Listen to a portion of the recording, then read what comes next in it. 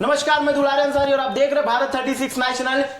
लोकसभा की सीटों की घोषणा बीजेपी कर रही है। लगातार करीब 195 सीटों की लिस्ट बीजेपी जारी करेगी, 195 लोगों की सूची जारी करेगी। वो सूची में कौन आगे होगा, कौन पीछे होगा, तमाम बड़ी खबरें हम आप तक लेकर के आएंगे। पर सबसे पहला बीजेपी ने उस सूची की घोषणा की है। सबसे पहला नाम जो बताया है वो प्रधानमंत्री नरेंद्र मोदी का बताया है। प्रधानमंत्री नरेंद्र मोदी वाराणसी से चुनाव लड़ेंगे। लोकसभा की सीट की जो पहली घोषणा हुई है, पहली सीट का जो उजागर हुआ है, पहली सीट का जो उपस्थिति दिखाई गई है, उस पे प्रधानमंत्री नरेंद्र मोदी की उपस्थिति दिखाई है। कहा जा रहा है कि वाराणसी से बीजेपी ने साफ तौर पे कह दिया कि वाराणसी से प्रधानमंत्री नरेंद्र मोदी चुनाव लड़ेंगे। यह अहम हो जाएगा कि कांग्रेस लोकसभा में वाराणसी में कौन से चेहरे को नरेंद्र मोदी के आगे करेगी, कौन से चेहरे को प्रधानमंत्री के अगेंस्ट खड़ा करेगी, यह देखना बहुत दिलचस्प होगा। खैर, छत्तीसगढ़ की 11 सीटों पर घोषणा बीजेपी ने कर दी है।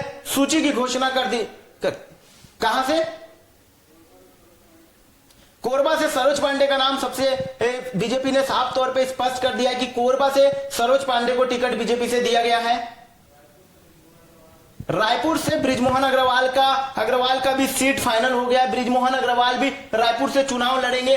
आमतौर पर कहा जा रहा था, लगातार बहुत लोगों की चर्चा बनी हुई थी कि सांसद सुनील सोनी जी का टिकट कटेगा, और सुनील सोनी जी का टिकट कटने के बाद टिकट जो है एक नए चेहरे को मिल गया है, एक नए दमदार नेता को मिल गया है बीजेपी के। उनका नाम बृजमोहन अग्रवाल है, जो रायपुर लोकसभा से चुनाव लड़ेंगे।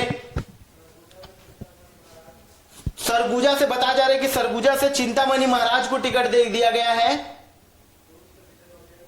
दुर्ग से विजय बघेल यथास्थिति पे बने रहेंगे। बताया जा रहा है कि दुर्ग से यथास्थिति सीट रखी गई है, विजय बघेल फिर से लड़ेंगे। खैर, विजय बघेल को बीजेपी ने विधानसभा में भी सबसे आगे रखा था, सबसे आगे की जिम्मेदारी दी थी और सीएम के खिलाफ विधानसभा की टिकटों को देकर के लड़ाया था। पर विजय बघेल को वो जीत नहीं मिल पाई। जीत की कामना बीजेपी कर रहे थे, वो पूर्व सीएम भूपेश बघेल को नहीं हरा पाए। खैर, फिर से उनको लोकसभा में एक बार बड़ा मौका दिया गया है। फिर से उन्हें दुर्ग से विजय बघेल को टिकट दे दिया गया है। बीजेपी ने साफ तौर पे कह दिया है कि हमारा चेहरा जो है दुर्ग में वो सिर्फ और सिर्फ विजय बघेल होंगे। मैं बता दूं कि एक तरफ नरेंद्र मोदी, एक तरफ विजय बघेल, एक तरफ बृजमोहन अग्रवाल, बड़े बड़े नामों को सामने किया गया है। इस बार का जो राजनांदगांव से संतोष पांडे को टिकट दे दिया गया है। खैर, बताया जा रहा था कि अभिषेक सिंह को टिकट दिया जाएगा, जो पुत्र है रमन सिंह के, पर उनकी टिकट काट करके संतोष पांडे को राजनांदगांव से टिकट दे दिया गया है। बीजेपी की हमेशा से ये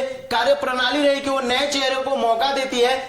अंतिम पंक्ति के लोगों को भी अंतिम पंक्ति के लोगों को भी सामने ला देते हैं। महासमुंद से रूप कुमारी चौधरी को टिकट दे दिया गया है। महासमुंद से रूप कुमारी चौधरी को टिकट दे दिया गया है। और बस्तर से महेश कश्यप को टिकट मिला है लोकसभा की सीट के लिए।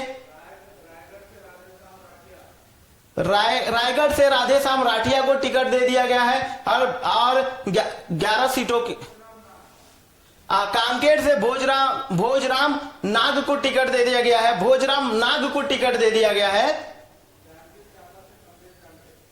जागीर चांपा से कमलेश जांगड़े को टिकट दिया गया है।